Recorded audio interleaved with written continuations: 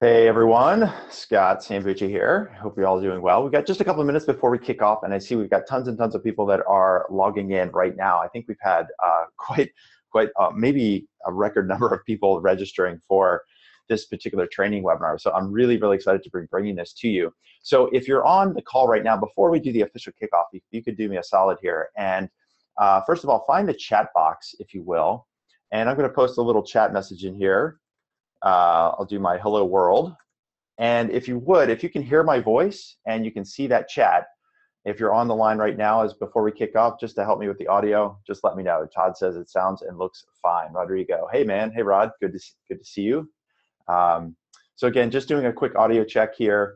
Emil says sounds good. That's awesome. I've got my Bose headsets. These are my high-powered headsets to make sure that everything is the audio is good. And so, this is, I'll let you know a little insight here. This is the first time I've used Zoom webinar. I've used that Zoom meeting for quite some time. I've been super happy with it. So those of you out there thinking about a meeting software package to use, I've had a lot of success with Zoom. And it's the first time I'm actually using Zoom webinar. So anyway, what I'm going to do is turn myself off for just a second. I got like 2 or 3 final prep things. I appreciate everyone chiming in here. Let me know that everything is good. Hey, Penny, good to see you. It's great working with you. David, hi, welcome. So I'll be right back with you in just a moment, and then we will get this show on the road. Thanks.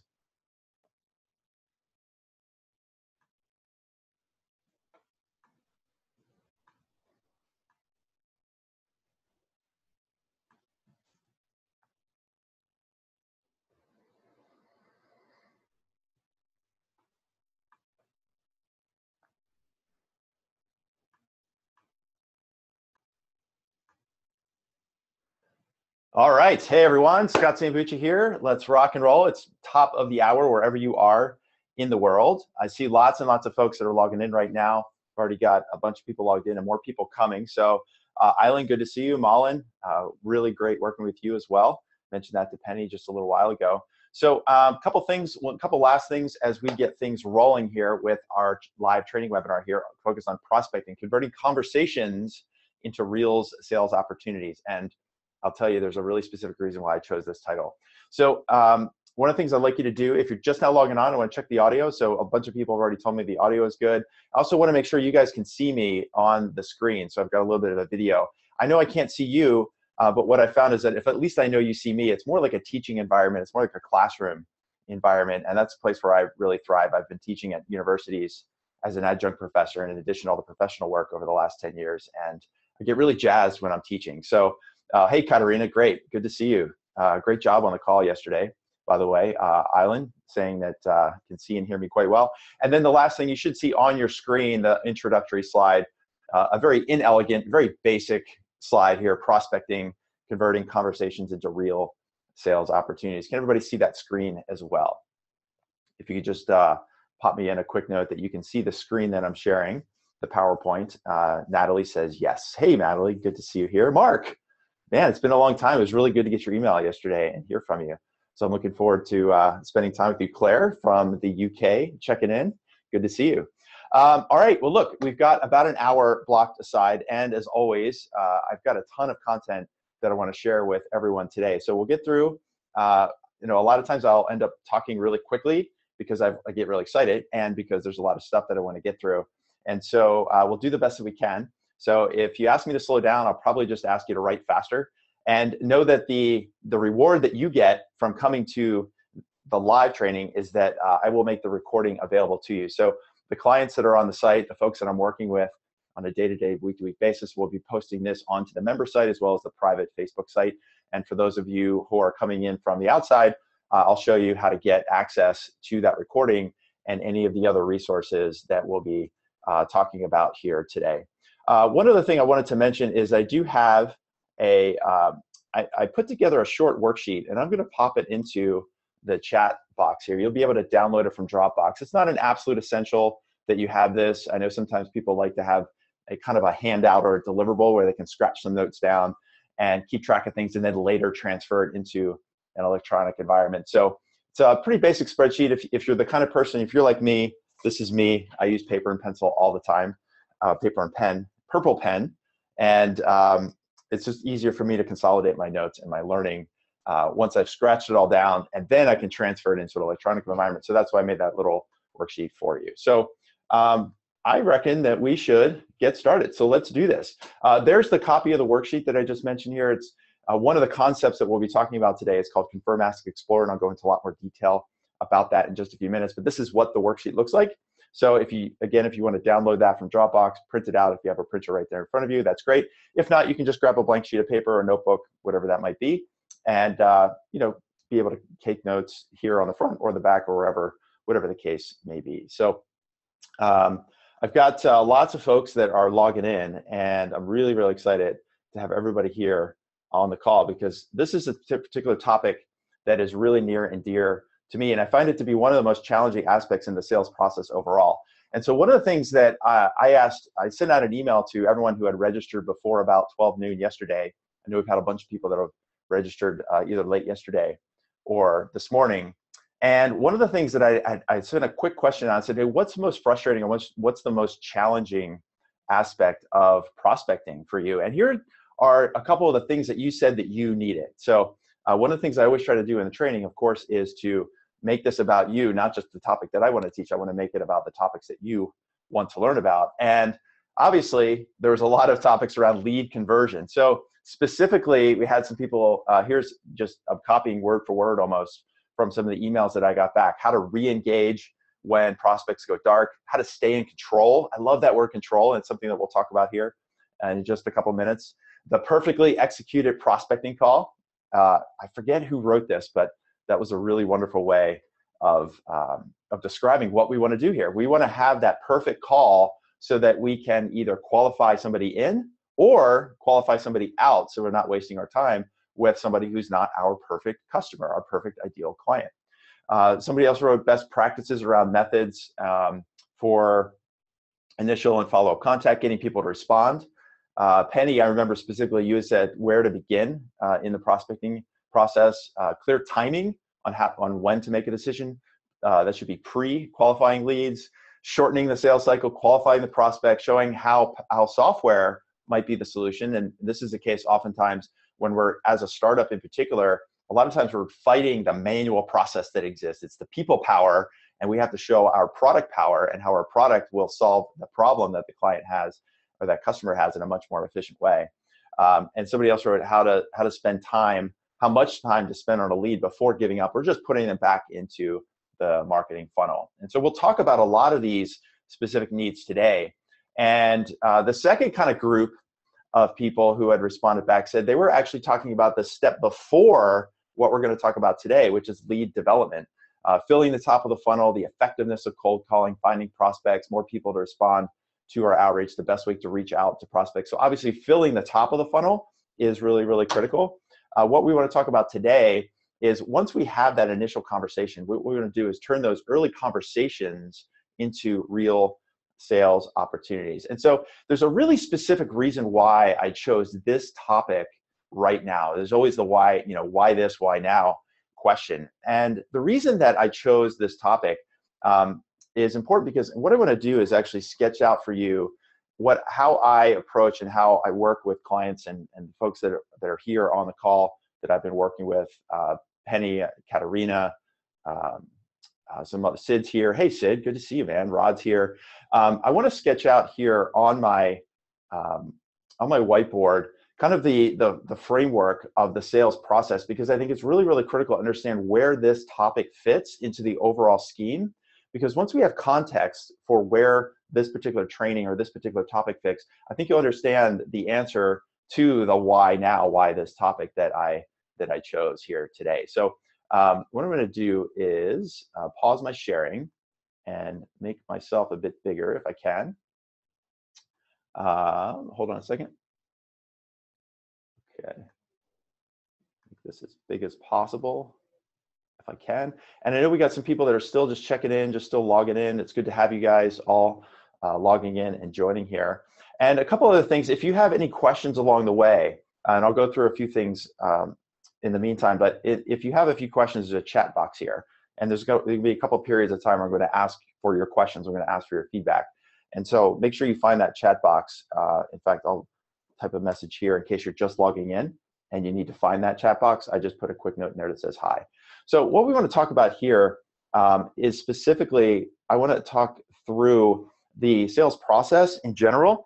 And again, as kind of a teacher, if you will, as an educator, I always do better in whiteboards and flip charts and those kinds of things. And so this will give you context for why I chose this particular topic. And everybody, if you could just make sure that you can see this, and this is a good opportunity that if you have a sheet of paper or a notebook where you're taking notes, you can draw along with me to help internalize some of this and maybe circle a couple of things that you find are particularly important. So can everybody see this flip chart right now? If you would, just pop me a quick note that you can see this flip chart. We're good to go. Thanks, Mark. Really appreciate that, man. So what I want to talk about here is to set the context on this topic of converting conversations into sales opportunities. Is there are these, what I call the 4 Ps to sales scalability. And so the first 3 are paying customers. The second one is prospecting. The third is pipeline. And then the fourth, which goes right in the middle, is kind of the punchline here that I'll share with you in just a minute. Hey, Natalie, I know that we can't see very well. I'll do the best I can to keep this close. And again, I'm going to be recording this, and I'll try to keep it low. And also, my handwriting's not great. So just do your best to listen along, and then we can always recap, and there's going to be plenty of chances to ask questions.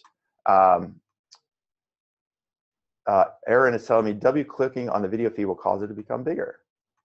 Okay, let's give that a try. Again, I was just telling some folks, it's my very first time. I've practiced a bunch on using a Zoom webinar for the first time, and I haven't been able to get this to, oh, I get it. Stop the share. There we go. Dude, is that better for everyone? Everybody see that better? Okay. So you should see me in a much, oh yeah, I got lots of it. Perfect. Okay, thanks, Katerina. Thanks, David. All right, Natalie, there you go. Awesome. Thanks, Aaron. Appreciate the tip, buddy. Okay, so we've got 4 Ps to sales scalability. There's paying customers, prospecting, pipeline are the first 3, and the fourth one I'll talk about in just a minute. And so the reason this is important is we always want to think about, like, who's our perfect customer? I think about it as who's our perfect paying client, our perfect paying customer, because if we don't start there, then we're already off track, right? And so specifically when we think about our target market and the people that we're talking with in these early sales conversations, there's 2 questions we want to be able to answer. We want to be able to answer the question, what problem does that customer have that we can solve? And then who are the specific people at those target companies in that target market that have the problem that we're talking about? Because that's going to help us target and figure out how to go from, hey, who do we want our paying customers to be? Who should be our paying customers? If we know what problem they have and we're really good at articulating that problem for ourselves and for the client, and we know exactly who the decision makers are, the stakeholders, the influencers, that yields for us exactly where to do our prospecting, right? So we always start with who we want our paying customers to be. And by answering these 2 really basic questions, what problem do they have? What problem can we solve? And who are the people that have that problem? Who are the people that make the decision? That yields for us exactly how to get from who we want our customers to be to start targeting those people in a prospecting fashion. And the easiest way, I think, to think about this is that it just gives us a sense of clarity. It gives us a sense of clarity, because the more clear we are about what problem we're solving and who we're going after, the easier it is for us on a day-to-day basis to know exactly what we should be doing on the prospecting side, right? Additionally, that clarity, it's also for the customer, because when they get our message, when they get our outreach, when they get our emails, our phone calls, when they're coming by our booth at conferences, it's also clear to them why they should be talking to us, right? And so when we think about that prospecting side of the triangle, there's a couple strategies that you want to make sure that you're thinking about. One is what I call, and I'm going to abbreviate here just in the interest of time. One is called a funnel filler, FF meaning funnel filler. So what are we doing to fill the top of the funnel, right? The second thing we want to be thinking about is what is our content selling strategy, our CSS, our content selling strategy. So when we're going out and reaching out to those ideal customers, what content are we using that's going to leverage that initial outreach into a sales conversation. It's content selling. It's not content marketing. I'm not talking about Instagram and Twitter and Facebook and all those things. I'm not talking about doing 100 posts a week to try to do branding. I'm talking about high intensity, high value content, things like webinars, things like white papers, workshops, anything that we can do to show our authority voice, to show that we understand the problem and that we're targeting the right people. So a content selling strategy is the second piece. And then the third piece is what's called the perfect prospect profile. So just knowing exactly what are the ideal people, who are the executives at those target companies that we want to be targeting. And so when we combine these three strategies together, what that gets for us is what's called a prospecting plan, or prospecting plan. Sometimes you hear me call it a prospecting plan of action, right? So that's the first side of the triangle. And when we think about this prospecting side, if we're executing on these three strategies, we know what we're doing to fill the funnel, we know what content selling strategy we have, we know exactly who our perfect prospect profile is, that is our prospecting plan of action. And so that's what fills the top of the funnel. But then the trick is, okay, we filled the top of the funnel. Now we got to get those people around the corner here, right? And that's what we want to talk about today. We want to talk about how we're going to get those people around the corner and get them from just being prospects into a real sales opportunity in our sales pipeline, as we call it, right? Because until we've qualified them, until we know that they have a problem that we can solve, and they know that we can help them solve that problem, then it's not a real opportunity. It's just a lead, right? So what we want to do is be able to turn that corner from the early prospecting, the results of the work that we're doing by executing on a prospecting plan of action, and then bringing that around and then bringing that through into a sales pipeline. And so when we're working on the sales pipeline, there's a couple of things we would need to be thinking about. We want to know, where are we in the sale? We want to know when is the next step. Folks that have been on my workshops before, people that have been webinars with me, you know that I'm a huge fan of always having a sense of control. And somebody mentioned this as one of the comments, is that one of the challenging things about selling is maintaining control. And oftentimes what happens in these early conversations, when we're trying to convert those people at the top of that get into our funnel, into our sales pipeline, we put ourselves in a situation where we actually lose control of the sale. And then we're constantly chasing and reaching and grabbing and hoping that that person will finally get back to us on that email. And so what we want to do is have some specific strategies that will give us a sense of control. And so as an example, a couple of those strategies are things like what I call demo design. So DD is demo design. How are you running your product demos? Katerina, I know we just talked about this yesterday, using things like situation slides. The second thing we want to have is called a C. I'll abbreviate here. CP is a close plan. How are we going to march that client through from early to middle to late stage to a closed customer? So we need to have a closed plan. And then finally, we also need to have what's called a stalled deal strategy, because deals do stall for a lot of reasons, whether it's because maybe the client got a little ahead of themselves, or we thought we were talking to the right decision maker and turns out there's a whole group of other people. Maybe they didn't necessarily have the budget they thought they had. All kinds of reasons that deals can stall. Somebody might go out on maternity leave or go out on paternity leave. So all of a sudden they've got a deal that's stalled. We've got to kind of pump new life into it, right? And so if we do these three things, the demo design, a closed plan, and a stalled deal strategy, what that gives us is what I call our sales map. That sales map is basically, how do I get from here to there in the sale? So does that make sense so far? I know I'm going through a lot of stuff really quickly, but I want to do is make sure you have context as to why I chose this particular topic and how it fits into the overall strategy. So if you would, just pop into the chat box. Thanks, Aaron. Aaron's saying all clear. So the other, looks like 37 people. Crystal clear, says David, with capital C, crystal clear. All good, super clear, awesome, cool. So we've got clarity. And then the second step here is we want to make sure that we have control. I'll just get this out of the way.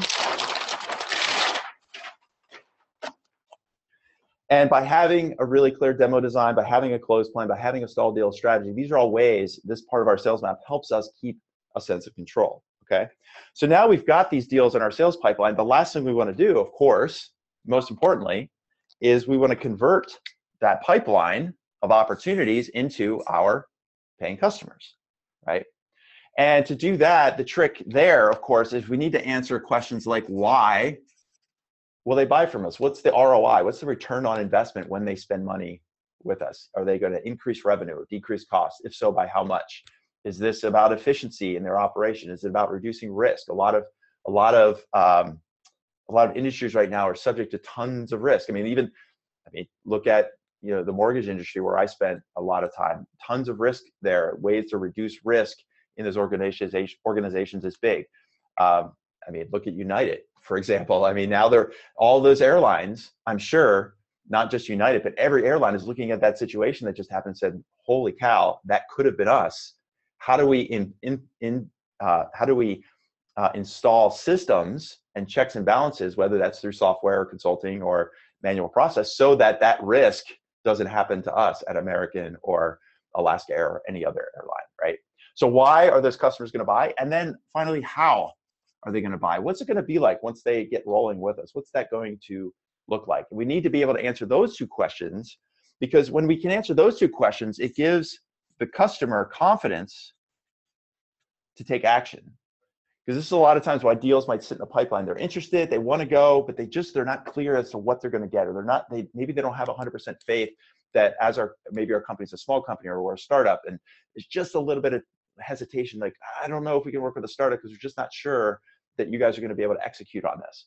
And so if we give them a really clear plan as to how it's going to work and why they're going to buy, it gives them confidence, but it also gives us confidence that we can charge the price that we want to charge, right? And so as part of this part of the funnel, this is all about having what's called a why buy strategy is one example. Another is PP, means pilot program. I know Malin, for example, we've been working together and getting some pilot programs together. It's a way to reduce friction and get people into our product, make a little bit of money if we can, to bring in some revenue. But also, this is a way of giving customers confidence because they're going to be able to see our product, our service in action. And then we also want to be thinking about things like work plans. WP is work plans. So how are we going to work together over the long run after these pilots? So when we put those three things together, the why buy, the pilot programs, and the work plans, what this yields for us is what's called our pipeline pull-through. It's our pipeline pull-through strategy, because that's what we want to do. We want to pull deals through the pipeline and make them our paying customers. So those are the three Ps, and I know there's a lot of writing. I built on this pretty quickly. I do a whole workshop just on this. It takes about 2 hours. So I'm running through this quickly just to give you context. Because when we bring together the paying customers, the prospecting, the pipeline, we run through this side and have our prospecting plan of action and give customers clarity and give ourselves clarity. And then we can turn the corner, which is what we're going to do here, and work through our sales map and have a sense of control, and then build that pipeline and finally convert that pipeline into paying customers and giving customers confidence and giving ourselves confidence to charge what we want. When we add those three things together, that's the fourth P, which is process, right? That's the repeatable, scalable sales process that we're all looking to get. And so when I picked this particular topic, one of the things that I've been finding over and over and over is that it's getting through, like, if we could just get around the corner here, we've got these leads, and it doesn't have to be a lot of leads. It could be the next meeting, right? The next meeting, if we know how to turn this corner and get these people into a flow, into our sales pipeline, then our conversion rates could go up pretty remarkably. So that's what we're going to cover about today, is how do we turn the corner to go from, okay, I've got a lead or 2 or 3 or 10, how do I turn the corner and get them into my sales pipeline? So that's a bit of a long intro, but I think it's really, really important to give context. And folks have told me that that's just an easy, simple way to think about what we're all trying to do is build repeatability, scalability into our sales processes. So while I'm pulling up my slides here to kind of roll out some of the specific content that we want to talk about today, I'd love it in the chat box, if you would. When you're looking at the model that we just described here, the 4 Ps for sales, scalability, what's most useful or what's most insightful or what's kind of the learning there for you that you just had as we talk through that particular process, those 4 Ps. Just pop a quick note in the chat box. I'm going to pull up my slides here after I take a quick drink of water. let me know what was most useful and what was most insightful about thinking about the sales process in that way. Go ahead and write a quick note in the chat box.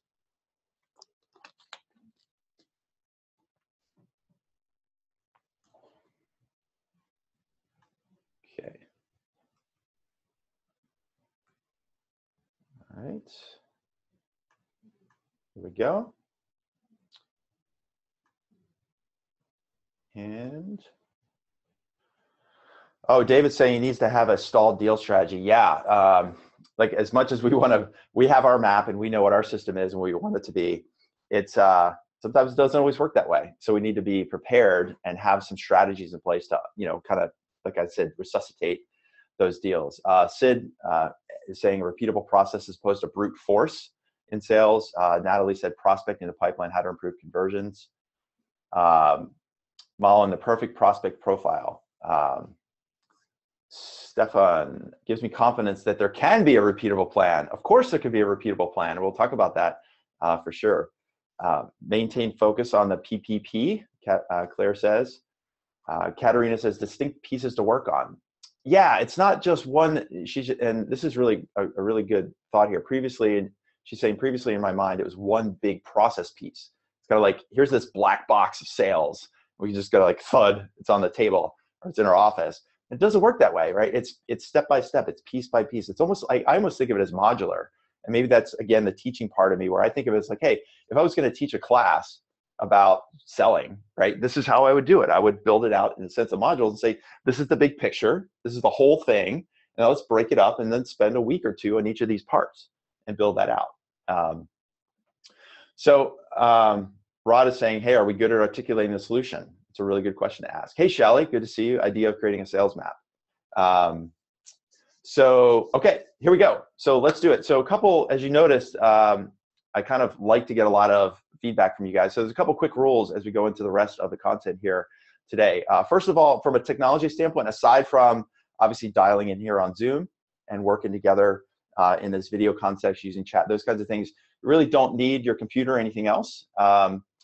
The other thing is I'll do my best to keep to time. We've got, like I said, till the top of the hour. I can go a bit longer if you want to hang on the line longer. If we go long, we've got some questions and some things that we want to work out. Obviously, we can do that. If you need to hop at the top of the next hour, that's totally cool.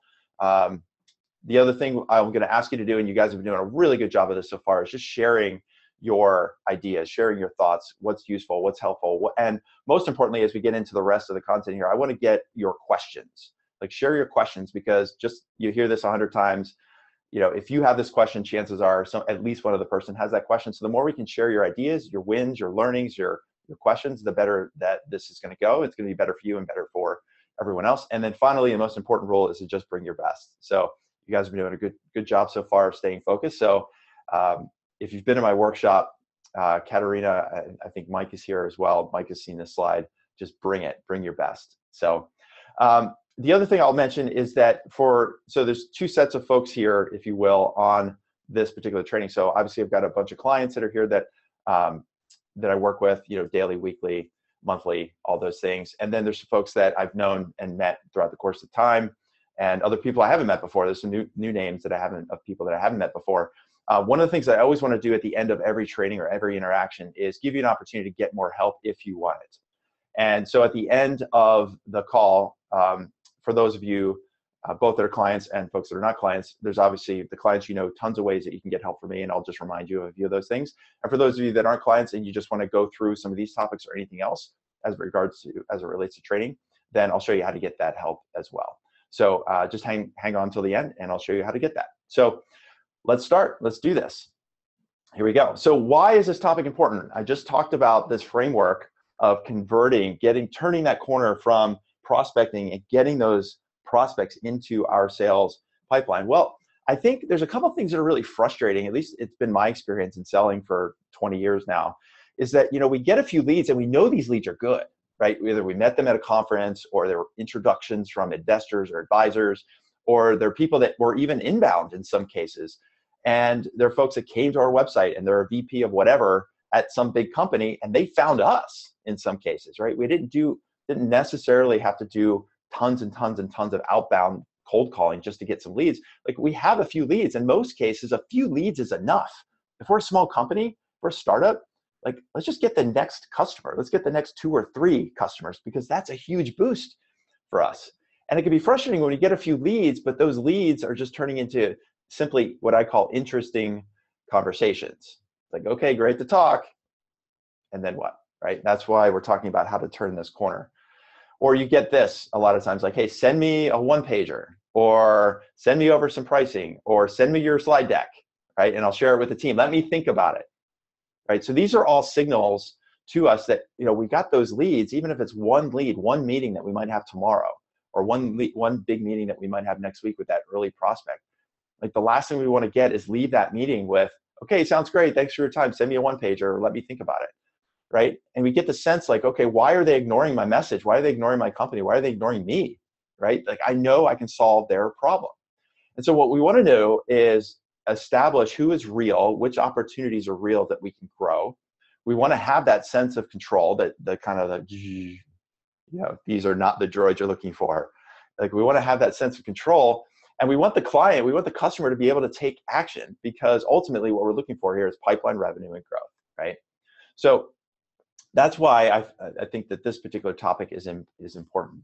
Now Eric's on the line. I know Eric has worked with a fellow named David Sandler in the past. David is, for those of you who don't know, is a huge sales guru, not just with startups like I focus on, but he's a guy that works with all kinds of sales teams, Fortune 500 companies, sales teams of all shapes and sizes. And something that I learned from him is that if you don't have a system for selling, you're at the mercy of your buyer's system for buying. If you don't have a system for selling, you're at the mercy of your buyer's system for buying. And when I learned that, it just stuck in my brain. It's like one of those things you can't unhear once you've heard it. And how many times, like, when the customer is saying, or the prospect is saying, send me a 1-pager, or send me some pricing, or send me a proposal, or let me think about it, that means that we're letting them use their buying process, and we haven't established that sense of control. We don't have the sales map. We don't have that conversion technique that's going to get them from interested to interested in buying, right? Does that make sense? So there's a couple key topics that we want to cover here today. So let's dive into that. And this is where you can start taking some notes around, if you haven't already. There's 3 specific strategies that we're going to talk about today. And again, I'm going to go pretty quick. I'll do the best I can to keep it concise and keep it useful. And if you've got some more questions, then what I want you to do is pop a question into the chat box along the way.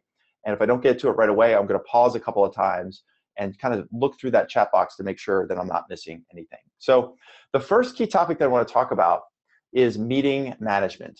And surprisingly, this is something that I think is something that I had to learn. It took me a long time to learn this, and it's how to take command in a sales meeting.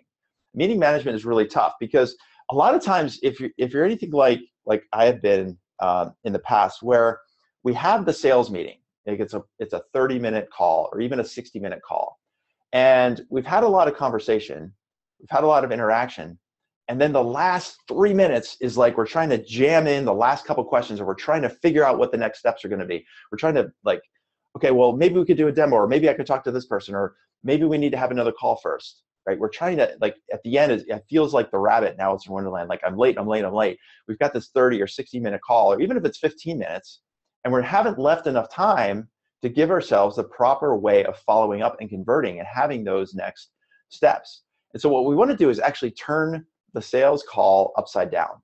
And what I mean by that is that typically what we do is we say, well, look, let's get a bunch of questions out there and then figure out the situation.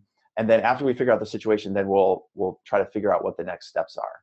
And a lot of times we only leave a couple of minutes for ourselves, or we don't plan it at all in that call to make sure that we have time to explore those next steps. So what we want to do is actually turn the sales meeting on its head. And what I mean by that is using a framework that I call Confirm, Ask, Explore. So I'm going to use and what you can do here is on your sheet of paper, you can either flip it over or just draw a pretty big square on your screen, on your paper here. And one of the things that I'm going to do is do the same thing on my little whiteboard and talk about this concept of Confirm, Ask, Explore, because you can use this in your very next sales meeting, and believe me, it's great. People love it. Your clients will love, your prospects will love it too. So we have this large square, and we think about this square is the amount of time that we have for the sales meeting, right? So this is the amount of time, whether it's 15 minutes, 30 minutes, 60 minutes, whatever that is. And again, remember, we're talking about these early conversations. We've got the lead, we set up that call. Maybe they said they wanted to see a demo, but maybe it's not even time to see the demo. Maybe we need to have a quick qualification call first.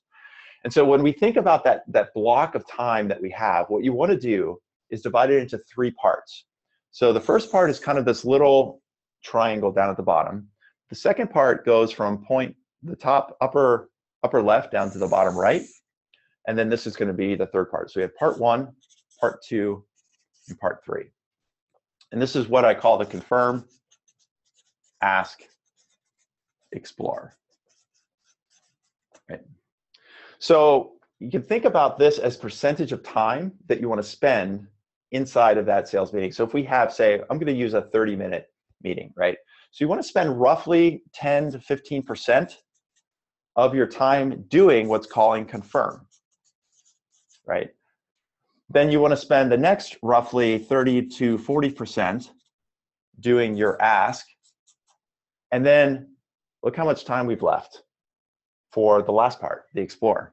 Roughly 40 to 50% should be explore. And I'm going to explain each of these in a little bit more detail. So the confirm piece is confirming information that you should have or that the client has already shared with you. So, if it's an inbound lead or it's a referral, obviously there's tons of places where you can do your research, whether about that person or about that company, right? You can go to LinkedIn, read their profile, see what their role is. You can look to see who else might be on their team, because LinkedIn will show you all these little other people that, hey, people also viewed, right? You can go to the company LinkedIn webpage and see what the other employees are and search by title. So if you're talking to a marketing person, you can see who else is in marketing at that company. You can read about press releases. You can go to Google News to read about the company. And what that means is you should be doing a lot of the situational analysis, at least about the client, about the person, ahead of the call. And so when you start your call, only the first 10% of that time, so if we have a 30-minute meeting, right? We have a 30-minute meeting, 10% is not a lot of time. It's 3, maybe 5 minutes. And what we're doing here is building trust. We're saying, okay, great. Thanks, Mary, for sitting down with me. As I understand it, you're the CTO at XYZ company. I did some research about your company. I saw this and I read about that, and I saw you have this initiative. Did I get that right? So immediately what we've done is we've separated ourselves from most sales conversations, which is like, oh, tell me about your company. What do you do there? What's your job? What's the main focus of the company right now? So very, very quickly, we just want to use this confirm piece as a way to establish trust so that we now have tacit permission to ask the questions we need to ask, right? So if we've got 30 to 40 minutes of our 30-minute meeting separated for asking, that's roughly, we'll call it 10 to 12 or even 10 to 15 minutes of questions. So this is where you're asking your questions. This is where you might be doing something like what's called needs analysis, right? You want to figure out what's the problem there that the client has, how have they tried to solve it in the past, what initiatives do they have right now, are they considering other solutions, what are the implications of those problems, what are those problems potentially costing them. And obviously you can't cover everything in 10 to 12 minutes, but the idea here is you do your basic needs analysis. This is truly your qualifying. You're qualifying whether or not this particular prospect has a problem that you can solve, and they have time and resources allocated to solve that problem. And we're going to talk about qualification in just a few minutes specifically. But this second part of the call, the 30 to 40% or 10 to 12 minutes in a 30-minute call, should be all are focusing on the ask, okay? The third piece, the last piece of this is where I said we need to turn the sales meeting on its head. Instead of us rushing in the last 2 minutes, trying to figure out what the next steps are going to be, we want to make sure we're allocating plenty of time, because even if, let's say this ask piece, we're hoping that it only takes 10 to 12 minutes, even if it creeps into 15 or 18 minutes, now we still have a nice chunk of time at the end of that 30-minute call to talk through next steps, right? Explore, that's what explore means, like explore what the next steps are. And we're going to talk about a few more specific strategies for this in just a couple of minutes. But first, when you're thinking about your meeting management, what we want to do is think about all of your meetings, your early stage meetings, and frankly, you can use this for any meeting that you have. with people, whether it's late stage sales opportunity and somebody just has some questions about your technology, or even in a product demo, you can sort of use this where you're confirming, asking, exploring. But in particular, when you're doing your early sales conversations with people, by following this gives you plenty of time to explore options. And also, it also specifically reduces the amount of time that you have to ask questions so you don't over ask, right? Sometimes we can over ask and kind of torture the problem. Sometimes it's better to actually have some open loops, which we'll talk about in a couple of minutes as well. So this idea of confirm, ask, explore is just a way of setting up and structuring your sales meetings, your sales conversations, so that you always have plenty of time to explore the next options, because what we want to do is make sure we have the next step. We're trying to turn the corner from early conversation into, okay, let's have a serious conversation, or let's talk about a demo, or let's talk about what it's going to take for you as the prospect to fairly evaluate what we do as a way to solve the problem. So let me just pause there. In the chat box here, if you have any questions about this so far, go ahead and pop it in there, because this is the first topic that I want to cover today, is just meeting management. And so what we're talking about here, and I'm showing my screen again, is these three parts, right? It's confirm, which is about doing your research, building trust, getting understanding who the person is that you're talking to, asking questions. This is your needs analysis. What are the capabilities that you have? What challenges does the customer have? And then finally, you want to explore. So what action do we want to take together with the prospect? And the idea of selling the next step. We're not going to sell the end solution here. We're just going to sell the next step in our sales process. And that is why having a sales map is so critical, right? So if you think about the confirm, ask, explore, now I mentioned Katerina, I know Mike is on this. So this is one of the very first things that we worked on together, that they sat down and said, look, we've got these leads. We went to this big conference, they did a presentation, they had really big, I can't share who those companies were, but they're very big retail companies. And you can check out Fract, go to their websites. They're really cool technology that allows them to use artificial intelligence to identify for retailers where the best places are to be putting your next stores. And so there are like tons of, and this is where the interesting conversations could lead nowhere. Instead, after having those initial conversations at the conference and saying, okay, look, let's have a deeper dive conversation about how our company could help you and your company, then following this framework, it allowed them to have really specific steps. So that it wasn't just like, okay, great to meet you, thanks so much. Instead, it was, okay, coming out of that 30-minute discovery call after the conference, we're really, really clear about what those next steps are. And that gives them a sense of control of what works next, right? So that's kind of part one, is meeting management. And Natalie, I see your question. I want to come back to that towards the end, because I've got something else that I think will answer your question, okay? So that's concept number one of the three that I want to talk about today, is meeting management. So using confirm, ask, explore. What about that for you is useful? Have you seen something like this before? What part of that confirm, ask, explore do you think could be helpful in the meetings that you're running right now, in your sales meetings? So if you got a question, something you want to share in the chat, just go ahead and pop something in the chat box for me so I know, take your temperature, make sure that we're on the same. Yes, Katerina, we can definitely chat more about what to ask in the next steps. Absolutely. Natalie's question, let me just address it right now. Natalie was asking, how can you gain trust in 10 to 15% of the time? What are some questions to ask to gain trust? So the key here is you're confirming. So what you want to do here, just by virtue of taking a few minutes of time and researching that person and showing that you've researched the person themselves, of course.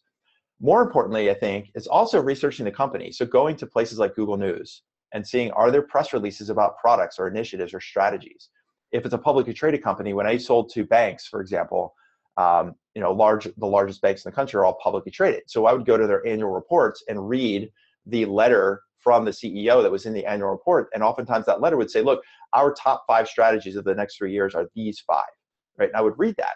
And so getting in that call, if I was sitting with Mary, the CTO at Wells Fargo, I would say, hey, Mary, really good. Glad we had this conversation. I'm glad that Hans was able to introduce us. I did a little bit of research to just kind of let you know what I feel like I've learned so far about you and your company. So I saw you're the CTO, but formerly you're at Bank of America. I'm wondering if it looks like we both know John Smith over there.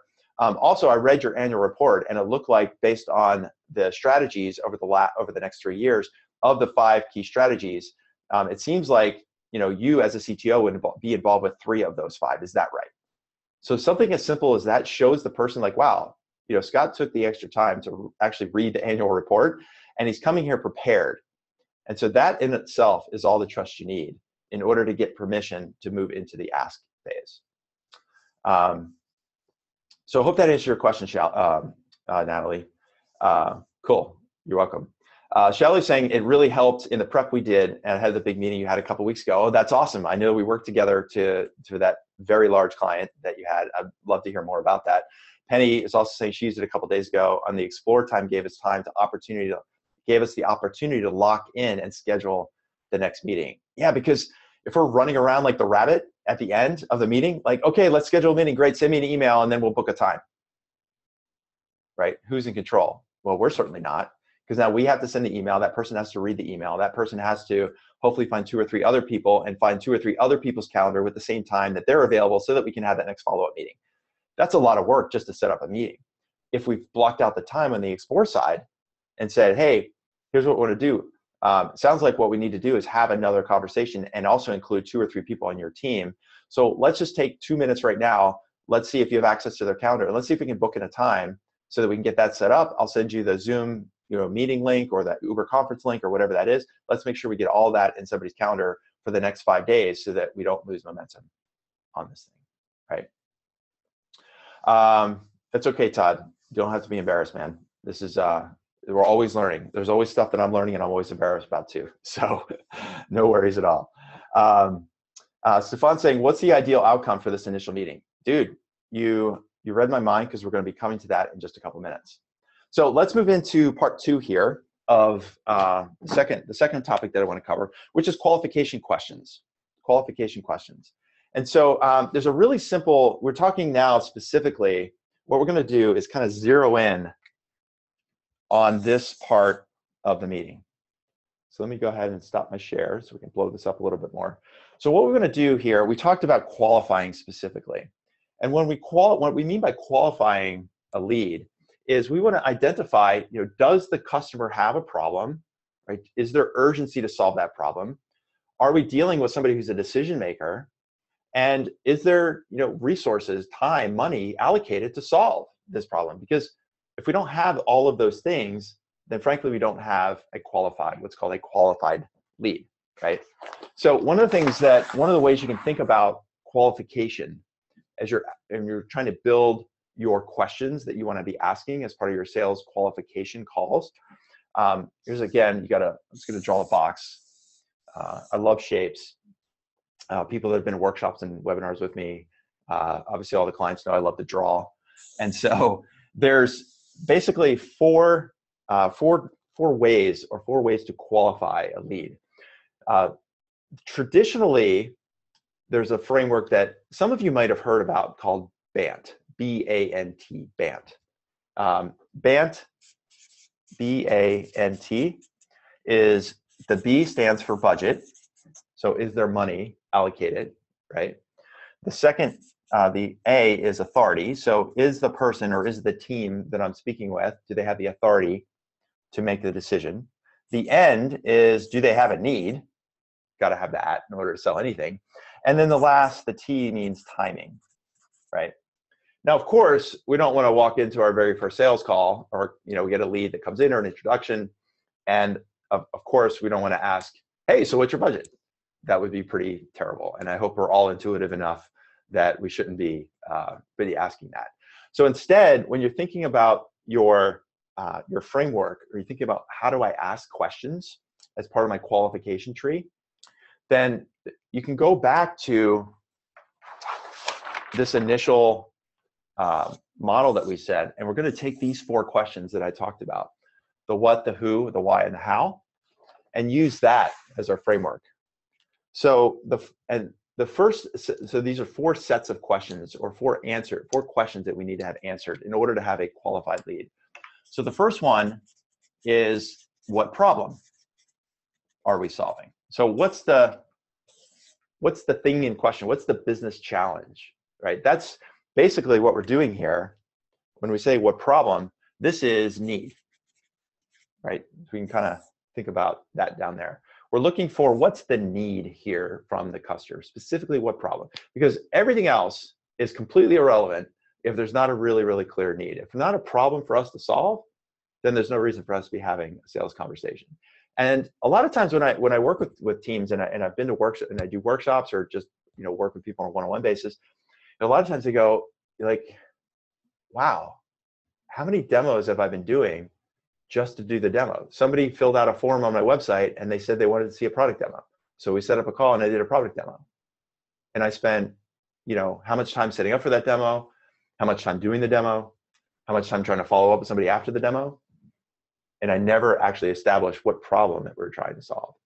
So first and foremost, whether it's your overall sales process or any specific sales opportunity, if you're not sure where to go with your questions, you can always start with what problem are we trying to solve? So that's your first set of questions when you're qualifying a lead. The second question that we want to understand is who, and specifically who are the buyers or the decision makers, or could be the influencer, right? As we're dealing with large enterprise sales, there are more and more and more and more and more people that get their finger in the pie. There's many, many, many more cooks in the kitchen nowadays. Gone are the days, of course, that one CEO, even if we've got the CEO on board with our product, and that CEO goes, "Wow, this would be a great solution. I'd love to implement this with my company." That CEO is still going to make sure that everyone around her is really clear and also wants to implement this solution, right? They're going to get the CTO involved, the CIO, the chief marketing officer, the human resources director, all the people that would be using the solution, whatever that is, right? So we know there's going to be more than one person involved. So what we got to do as part of that, as part of your qualification questions, is make sure that we're asking, like, who else would be involved, or who else would you consult, or how else would this be affecting the organization? We just want to make sure we're covering what problem, and then, okay, so who has this problem, who's involved, or who's affected? So that's the second question type that we want to ask. And that who is just the authority, right? Who has authority to either get involved or not get involved, or who's authority to influence a decision even if they're not the final decision maker, right? The third question we want to be able to answer is why. Why are you going to buy this thing, right? What is the ROI of this particular purchase? Or solving this problem will get you what? Is it increased revenue, decreased cost, increased efficiency, decreased risk? How are we going to calculate why you're buying this thing? Because this fundamentally answers the budget question. Because if they're able to stipulate and we're able to help them understand why they were buying this and what solving this problem is going to get them, then budget is much, much easier to find, right? So this first question, what problem are we solving, is need. The second question is authority. The third question down here is about budget. And then finally, the last question we want to be able to answer or get answered is how. And this is, how will the solution be implemented? And that is our timing. How quickly do you want to make a decision? How quickly do you need to make a decision? If we were to go live, how does that need to look? What are all the steps along the way? So the how is kind of the plan, what I call implementation, right? And this is the timing piece. So those are the four areas when you're thinking about, when you go back to that part of our Confirm, Ask, Explore framework, right? This is all about needs analysis. These are the types of questions. And this is exactly the reason why it's great to only have 30–40% of your meeting set aside and then leaving plenty of time to explore, because in most cases you're not going to be able to tackle all this. So that gives you plenty of reasons to have a second call or talk to more people. And I'm going to give you that little nugget in just a second. So the purpose here is not just use one call and then get on a demo and hopefully they want to buy. We want to slow it down, slow is smooth, smooth is fast. And oftentimes, just the exploring the next steps might be, we've covered quite a bit of ground in the time that we've had. It sounds like we should have another conversation, not just with you, but other people on the team who might be affected by this problem. So even before you get into a product demo, maybe it's 2 or 3 or 4 or 5 needs analysis conversations before you do the product demo. And that's what's going to give you control of the sale. So when we think about this piece, this needs analysis, the second part that I wanted to share. The second concept here, the first is meeting management, this framework. The second is, okay, now we've qualified, or at least we've got a plan now to how to qualify this. The third thing we want to do is then talk about how do we do our next step. So I want to talk about that in just a second as we wrap up the time that we have. So again, I know I talk really fast. I know I cover a lot of ground in a short period of time. In the chat box, what questions do you have? Give me some, how is this useful? Have you been thinking about, have you thought about this qualification framework before? I know a lot of people have used BANT. It's pretty well known traditionally. I like to think of it this way because it's just a lot, it makes it more tangible to me. It's like, okay, what problem are we solving? Who's involved? How are they going to calculate ROI? And how are we going to implement this thing? To me, it's a lot easier than trying to do a very procedural budget authority need timing. It just feels very robotic. This makes it much more conversational, in my opinion, and much more collaborative, right? So Stefan's saying, I wish I did this on my last sales call with a large enterprise. Well, that's okay. You probably got another call coming up in the next couple of days, so you can use it there. And that's why I wanted to, that's really, people say, well, I really want help filling the top of the funnel. I got to do a lot more prospecting. I got to get more leads. That's the thing is, if I give you 100 leads, but you're not running those meetings the right way, you don't have the right frameworks, I give you 1,000 leads. I'll give you 1,000,000 leads. If we're not converting those people into pipeline opportunities, it doesn't matter how many leads I give you. But if you have one meeting with one lead in the next 3 days and you use this stuff and it converts them into a pipeline, now you're in much better shape. I'd rather have 1 out of 1 than 0 out of 1,000, right? So this to me is much, much more important than filling the top of the funnel right now.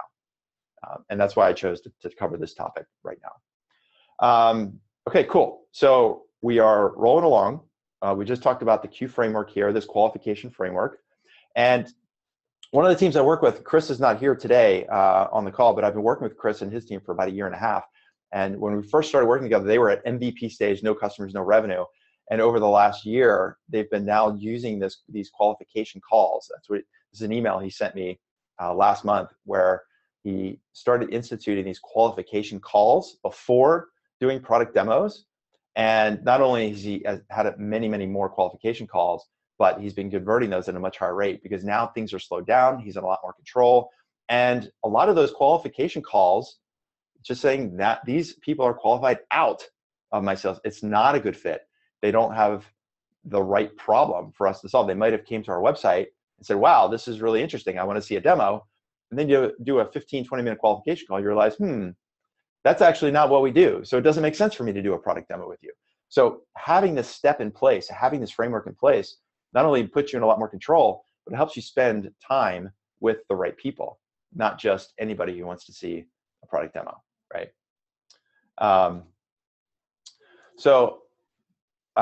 Penny is saying many times the initial call is not the person of authority. They're asked to find the solution, and then there isn't a direct conversation about decision makers. How do you get past that to the right person? So the question I like to ask somebody, especially you'll end up a lot of times with this point of contact, or it's called a gatekeeper, or the researcher. It's the associate that's tasked to go out and find solutions and do the research, is I'll ask them, hey, look, how have decisions like this typically been made at your company? So I'm not asking who specifically, but I'm saying how. How have decisions like this typically been made at your company? Because a couple things are going to happen. That associate might go, I have no idea. I was just told to research these companies, research people like you to see who might have a solution. In which case, that's where I would pop over and go, okay, cool. Well, like who else would be, do you think, who else would be involved? Or who else is assigned this job to you? Well, my boss, who's the VP of marketing, has told me to do. Okay, cool. Sounds like I should probably have a conversation with that person, right? Secondly, that person might go, well, in the past, whenever we bought a solution like this, we had to do this we had to talk to the CTO, we had to talk to the CIO, the CFO got involved. Great, that sounds good. So my experience has been all of those folks will have really specific questions because the way our solution might affect the CTO is going to be different than the way it affects the CFO. So one of the things we recommend is having a quick chat with each of those folks, just so that I'm clear about their perspective, just to make sure this is a good fit. So just by asking how decisions like this been made in the past, it helps you identify who else might be in the decision tree, if you will. Island's asking, do you suggest making this the first meeting via telephone? It depends. I think yes. I mean, the shorter is better. If it's 15, 20, 30 minutes, like getting on an airplane or getting on a train or going across town, doesn't make sense. And the way you can set this up is say, look, Really excited that you want to get, because a lot of times people say, hey, can you swing by the office? Or can we spend an hour together? Can I see a demo? I'll say, yeah, happy to show you a demo, or happy to come by the office. Let's do this first, just to make sure that we're on the same page. Let's book in 15 minutes, have a quick chat. We can do by Skype, we can do it over the phone, do a virtual coffee. Just want to ask a few questions just to make sure that we're a right fit for each other, because I'd hate to spend that time. I hate for you to spend that time when for some reason it's not a good fit, right? And that gives you leverage for that face-to-face meeting, because now you've had the early meeting and you've qualified them. And if you find out like, wow, this is a really good fit, maybe you can get 2 or 3 other people into that face-to-face meeting before you just show up and do an hour-long face-to-face meeting with one person. So there's a lot of advantages to kind of being in control, adding this little step. So I think the shorter answer to your question, Island, would be yes, I would do this by telephone or Skype. Okay, cool. Great job sharing. Great job answering questions. So the last thing we want to do, the third topic that I want to talk about here today, we're talking about converting your conversations into sales opportunities, is I'm going to ask you about your conversation converter. And what I mean by that is, you can see this is opening the door, right? What we're going to do is think about what happens at the end of that meeting. And there was a couple of questions that people asked, like, how do I make sure that we have those next steps? And I'm going to use this Confirm, Ask, Explore framework. And the idea of exploring is that we have something after this time block of our meeting. What we want to do is figure out, how are we going to convert those people? And I'm going to ask you guys a question. When do you think a conversation converts into the next step? When does that actually happen? So you have this meeting, you know you've got this meeting booked, you're going to spend time doing Confirm, Ask, Explore.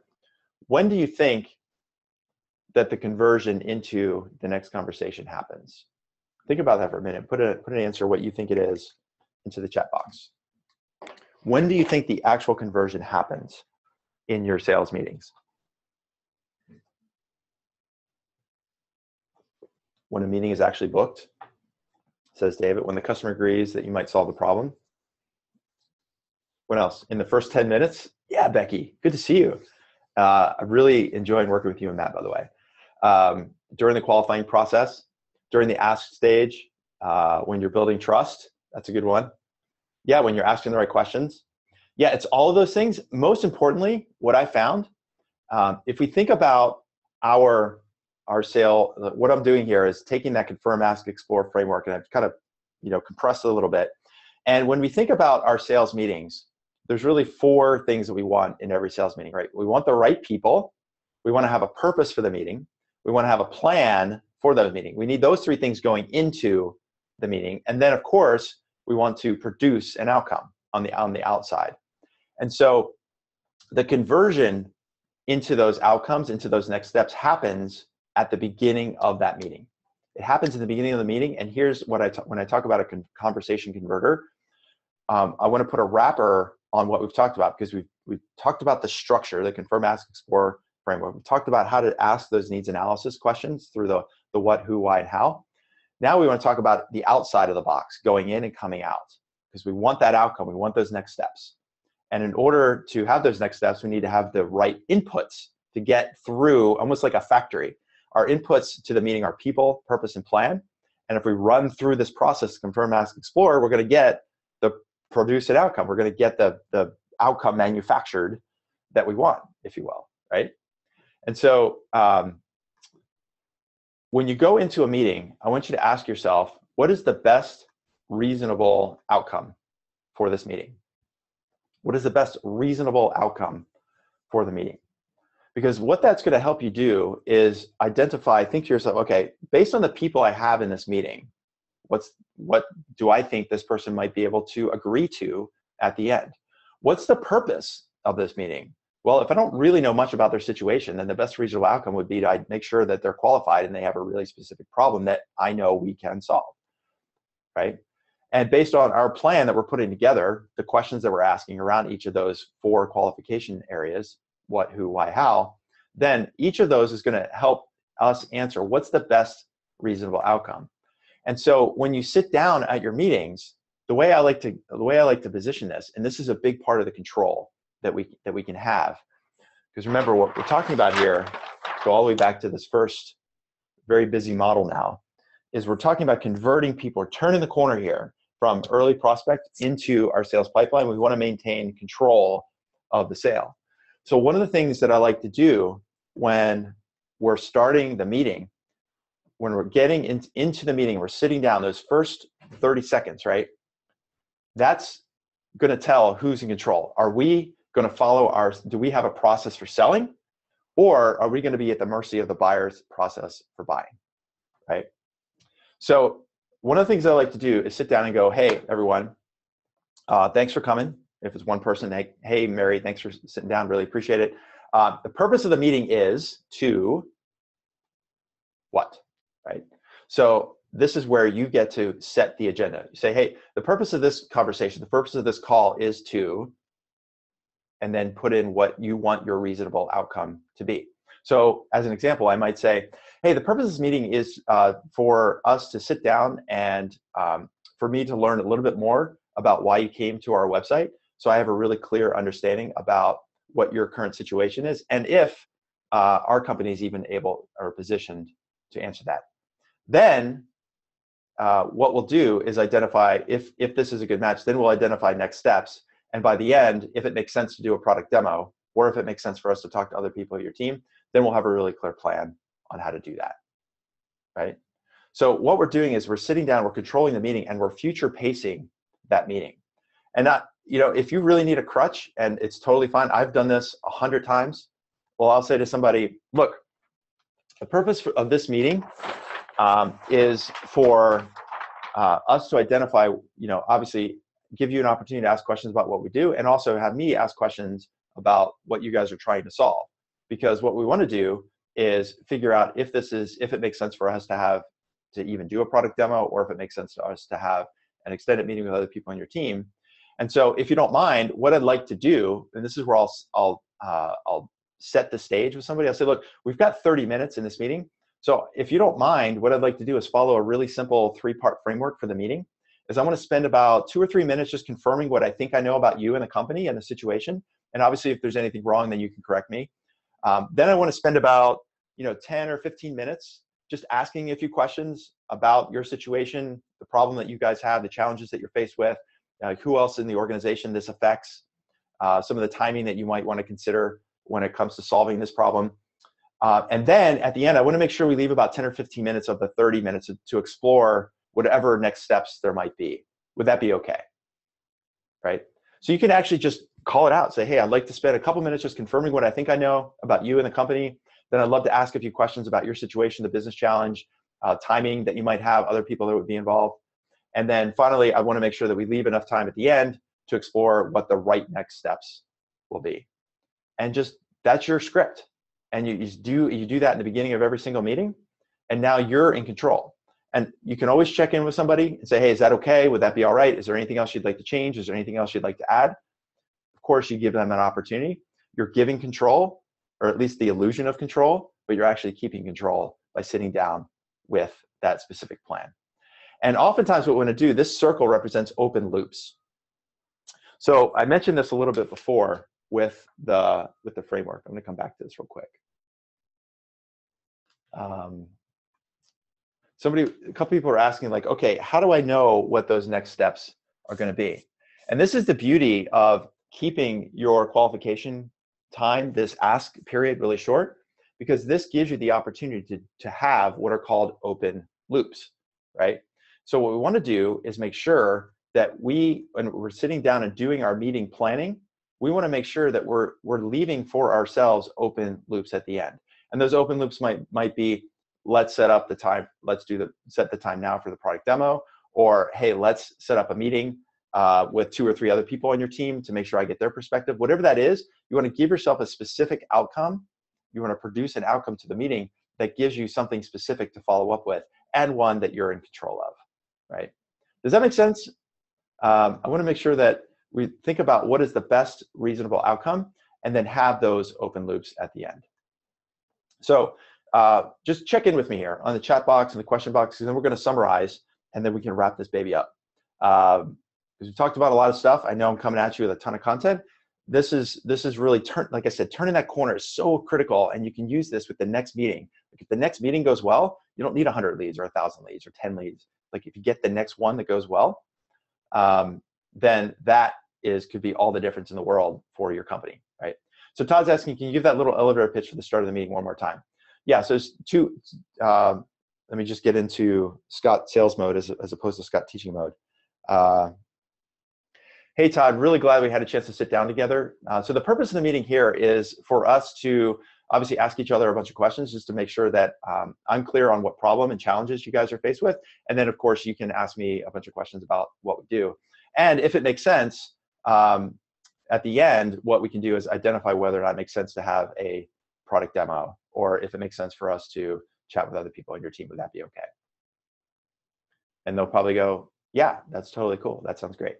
Awesome. So if you don't mind, because we only have 30 minutes, I found that there's this little framework I like to use for meetings like this. It's called, what I want to do is spend about 2 to 3 minutes just confirming what I think I know about your company, your situation, about you as a professional. Then I want to spend about 10, 15 minutes asking you questions, obviously you asking me questions. And then that way we can make sure that we block out about 10 or 15 minutes at the end to explore whatever next steps might be right. Would that be okay? So those are kind of the two ways that you could pitch those meetings. Cool. You're welcome. No problem. So this idea of going in with really specific outcomes in mind. There's another team I've worked with for almost a year now called IMIP, and they manage intellectual property for large enterprises.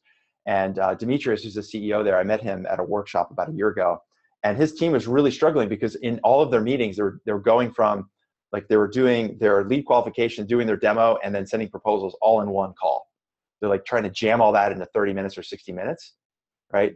But instead, hey, David, no worries. We'll talk soon. Instead, what they were able to do is kind of spread this out and say, okay, in this first call, let's be really clear about how we want to run these meetings so that we're in control of the next step. And before we do the product demo, let's do this qualification the right way and pace the meeting, right? So this is something that they've been able to work on over the last 6 to 8 months. And they were actually earlier this year, I was really proud of them. They were able to secure $1.5 million in funding. They'd been bootstrapped and grew the company to about 100 clients on their own. And based on that sales growth, they were able to go and secure some funding from Sweden. They're based in Sweden, and they're able to secure that funding back in February. So I was really proud of those guys because one of the fundamental reasons that they were able to get that funding was because they had a more effective sales process. And I don't mind saying that Demetrius felt like I was a big part of that. So that makes me proud. It gives me a lot of joy to know that I contributed to that. So, all right, so let's kind of wrap this up. Let's recap this thing. So we talked about 3 specific strategies, 3 specific ways to convert your conversations into real sales opportunities. One is with a meeting strategy. The second is through asking the right qualification questions. And then the third is making sure that we have a conversation converter. At the start, we talked about our 4 Ps. We drew this triangle, and we had the 4 Ps for sales scalability. And we also talked about the frameworks that we wanted to use. So one of the things I wanted to do is make sure, I mentioned in the beginning that I wanted to offer help, obviously, to anybody who wants additional help. So for the clients on the line, obviously, there's just a recap, because there's some folks are new. We just started working together. Some folks have been around for a while, and maybe you just don't know about all the ways that we have an opportunity to work together. So for those of you that are clients, obviously we have the monthly focus sessions. We've got the weekly calls. This is our Tuesday training. It happens to be on a Wednesday. If you have any questions about this stuff, obviously ask any questions on any of the calls. You can post stuff on our Basecamp site or the member portal, stuff like that. Hey, Penny, good to see you. Thanks for coming. So obviously clients, you've got access to all this stuff. Folks that aren't clients, folks that just want help implementing some of this, because this is a ton of information. And a lot of times it's not about the information, it's about the implementation that makes this stuff really, really hard. So one of the things I wanted to offer to anybody who spent the time with me today is what I call a sales audit. So what that means is that we just book at a time, we talk by the phone, and what we're going to do is identify your top 3. What I mean by your top 3, these are your top 3 opportunities or gaps or anywhere where we can very quickly identify what the most important critical aspects of your sales process that need to be improved, right? So it's called a sales audit. Let me do something real quick here. And what I'm going to do is pop, and then we're going to leave the rest of the time for some Q&A. So I'm going to put a link into the chat box right now where you can, and you'll see it'll bring you to a Calendly. And if you're not using Calendly, by the way, totally you should use it. It's awesome for booking meetings. So here is the link for where you can book in a time. Again, this is clients, you know how to get a hold of me. We can work together, you know, as soon as today on this stuff if you need to. For those of you that are joining us as guests, then obviously this is the way for me to help you implement all of this information. We've covered so much ground, and I know sometimes it can be overwhelming. It's really, everybody's like, yeah, this is really useful. And then you get back to your desk and you're like, oh wait, what do I start? What do I do first? How does this apply to me? So this is a perfect opportunity for you to you know, leverage, kind of extend the training, if you will, by 15 minutes and get a little one-on-one coaching for me. And it's just my sort of reward to you for spending the time and being serious enough about your sales process that you wanted to improve it. So if you click on that link, there's the direct URL. If you click on that link right now, you can go in and pick a time. The next couple of days are pretty booked up, but if you look to next week, next Wednesday, Thursday, I should have some times there. They're relatively limited, but I think you'll be able to find something that works for you. So make sure you take advantage of that. Totally would love to chat with you more. And there's lots of folks I haven't talked with before. David just left. Mary was here earlier. I think she's still here. Natalie, I think, is still here. I'm not sure. I'm trying to remember the last time we chatted. So anyway, take advantage of that. So the link is right there in the chat box. So now what I want to do is turn it back over to you. And if you've got any questions, anything about anything we've talked about so far, then I absolutely positively want to take the time and spend that with you, answering whatever questions you might have. So what questions do you have? If you're still on the line, you probably still got some stuff. We still got like 18 people left here. So maybe some of you are clicking and booking that time. Maybe some of you are thinking about the questions and looking at your notes. Let me know what questions you have. Pop something in there. And it doesn't even have to be about this. If you got some other random sales question you want to cover and take advantage of the time that we have right now, pop it in there. I'll do my best to answer it. And if I can't, then maybe we can take it offline. So what other questions do people have? This is my time. This is your time. So let's use it here. Let's see, scrolling down. Aaron is asking here, hey, Shelly, yeah, absolutely. Thanks for coming. And we'll definitely talk very soon. Aaron's question here is, what about selling a benefit versus a problem, a vitamin versus a pain pill? Okay, thanks, Katerina. I see that in the Q&A. So Aaron's question, what about selling a benefit versus a problem, a vitamin versus a pain? So this is the idea of selling a gain creator versus a pain alleviator. My belief is, so first of all, there needs to be urgency, right? This is why we're qualifying. Like, how big is the need, and is there a certain timeline involved? And so oftentimes, if it's a vitamin, it might be seen as a nice to have versus a gotta have. So what we want to do in a situation where like a pain alleviator, like if you're selling, for example, to United Airlines right now, you're like, hey, I've got some system, some software that will prevent that thing from ever happening again. That's a very clear pain alleviator, right? But if you're trying to sell a product that is just making things better, then what we want to do is figure out a way to stretch the gap so that what seems to be a vitamin or a gain creator is actually turns into a pain. And that pain should be missed opportunity of some kind, some way, right? So we had this, I know Malin is on the line here and she just asked a question, but we've had this with a couple of her clients where people said, yeah, I really love your system. I love what you guys are doing. It would definitely make our process better. But we've got all these other things that we're working on. Okay, well, if you know it can make your process better, let's look at, first of all, what the improvements are that it could, and let's put numbers to it in terms of speed or revenue. But secondly, if you don't solve this problem over the long run, what's that going to cost you? And it turns out that client said, well, what it's going to cost is that our current customers who are using our system are complaining about slow loading speeds. And if we had your solution, it would speed that up and make those customers happier, okay? So if those customers are unhappy now, how long do you think you can keep unhappy customers on the books before they decide to go look for another solution? They might hang around with you because switching costs are really high in the short run, But if they're unhappy with you now, I guarantee you they're out at least looking for other solutions. So what you might view as being a vitamin turns out could be an actual pain alleviator. So if you can find a way to kind of stretch the gap and turn the vitamin into an aspirin, then it's a way for you to really sell a problem that might be necessarily perceived as a benefit. Hey, Mary, I got your note. That's awesome. Looking forward to chatting with you. Good. Thanks, Aaron. I'm glad that's good advice. And if you want to pick it up more, then again, there's that link. You're welcome to book at a time. There's some Q&A questions in here as well. So let me go through those. Let's see. So Irv, a while ago, I just now see your question, Irv. If you're still on the line, then poke me a note here in chat and I'll come back to your question. Katerina's most recent question is, how do you talk about ROI for decreasing risk? How would I quantify decreasing risk? A lot of times the decrease in risk can show up in a balance sheet really, really clearly. And that, for example, I'll use the mortgage industry for an example. Decreasing risk when it comes to making loans to the right people.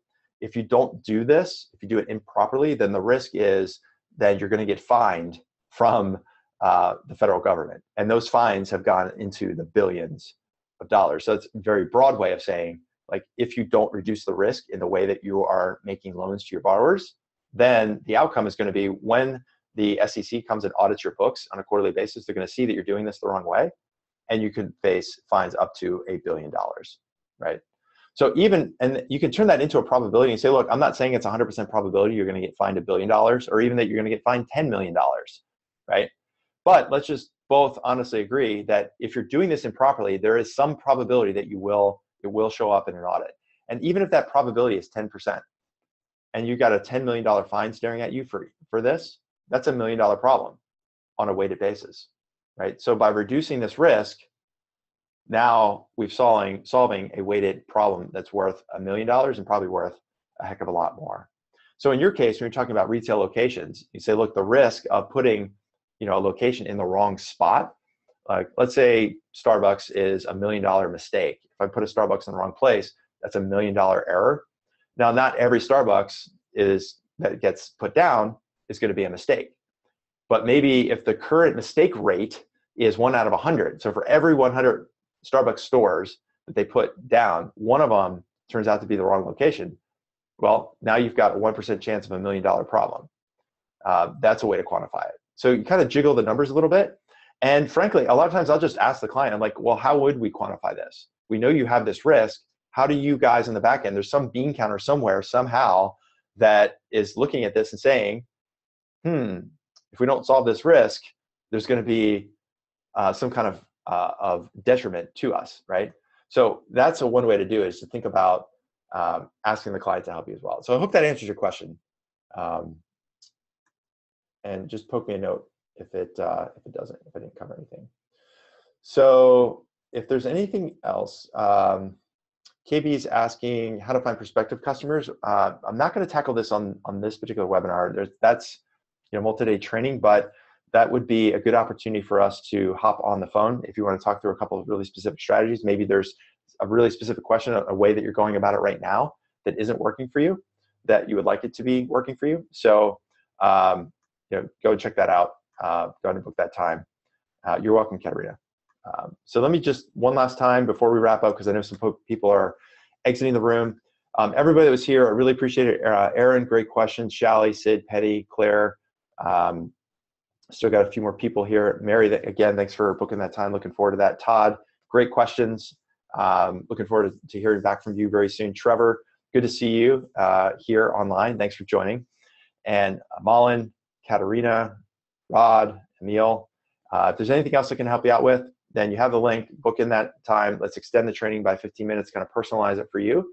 Identify whatever risks or gaps or anything else that you might want to cover with your sales process, and we will knock it out, okay?